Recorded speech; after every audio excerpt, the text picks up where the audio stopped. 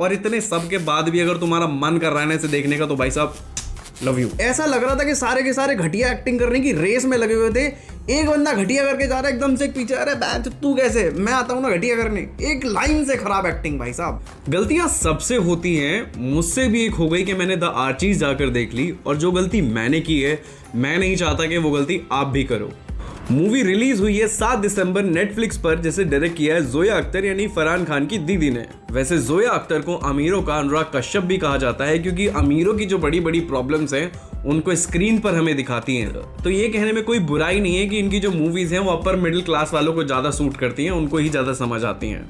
तो तुम्हारे मेरे जैसे गरीबों के लिए तो बिल्कुल नहीं। तो इस मूवी की स्टोरी भी बिल्कुल वैसी ही है। इसमें कुछ अमीरों वाली प्रॉब्लम्स आपको दिखाई जाएंगी, जिसकी स्टोरी मैं आपको बता देता हूँ। एक शहर है रिवरडेल, जिसे 1940 में एक ब्रिटिशर रिवरडेल ने बसाया था, and he fell in love with a Indian lady whose name is Sitara. तो सितारा और जॉन लिवरडेल लीज पर जमीन लेते हैं राजा से और उस पर एक शहर बसाते हैं एंग्लो इंडियन कम्युनिटी के लिए। एंग्लो इंडियन बेसिकली है कौन, तो जो हाफ ब्रिटिशर्स हैं और हाफ इंडियन है, जिन्होंने किसी इंडियन लेडी या मैन से शादी की। इसी रिवरडेल के सेंटर में एक जगह है जिसका नाम है ग्रीन पार्क, जहाँ पे अपने हाथों से पेड़ लगाते हैं जब भी इनकी फैमिली में कोई न्यू बॉर्न आता है, यानी कि कोई बच्चा आता है। अब इसी ग्रीन पार्क को डिस्ट्रॉय करके एक बिजनेसमैन है जो कि अपना होटल बनाना चाहता है, वो कोई और नहीं बल्कि सुहाना खान के पिताजी। और अब इस ग्रीन पार्क को बचाने के लिए क्या क्या चीजें होने वाली हैं, यही सारी चीजें आपको इस मूवी में दिखाई जाएंगी। तो स्टोरी बहुत ही ज्यादा प्रेडिक्टेबल है। सो मूवी के लीड कैरेक्टर की अगर मैं बात करूं तो इसमें शाहरुख खान की बेटी सुहाना खान, अमिताभ के नाती अगस्त्य नंदा और जानवी कपूर की छोटी बहन खुशी कपूर इसमें आपको देखने को मिलेगी। इसमें भर भर के और भी सारे एक्टर्स हैं जिनके नाम मैं इसमें कॉल आउट्स नहीं कर रहा हूं। मूवी की जो इंस्पिरेशन है वो आर्चीज कॉमिक से है,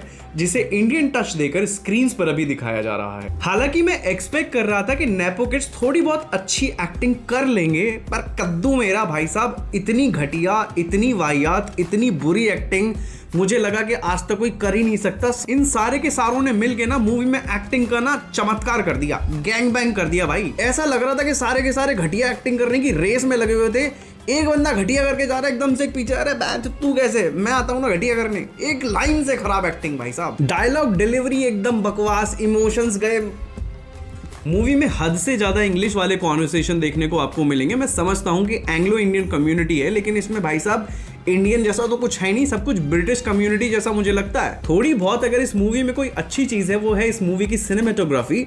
और साथ ही साथ अगर मैं बात करूं तो जो मूवी का जो बैकग्राउंड आपका लिया गया है, जो सेट तैयार किया गया है, वो बिल्कुल ऐसा फील देता है कि मूवी वाकई में 1960 के अंदर रन हो रही है। स्पेशली कॉस्ट्यूम डिजाइनर्स ने अपना काम बखूबी किया है। आई नो एक म्यूजिकल वाइब देने वाली ये मूवी है, लेकिन मुझे कई बार ऐसा लगा कि गाने बहुत ही ज्यादा थे जो कि अननेसेसरी थे, फिट भी नहीं हो रहे थे बहुत सारी सिचुएशंस पे। 2 घंटे 23 मिनट के आसपास का एक कवाड़ है, जिसे रोड साइड बैठा हुआ कवाड़ ही नहीं ले रहा, लेकिन नेटफ्लिक्स ने जरूर ले लिया। और इतने सब के बाद भी अगर तुम्हारा मन कर रहा है इसे देखने का तो भाई साहब लव यू। वैसे चैनल अगर अभी तक सब्सक्राइब नहीं किया तो प्लीज कर लो यार, कमेंट एंड लाइक भी कर दिया करो कभी कभी। Thank you.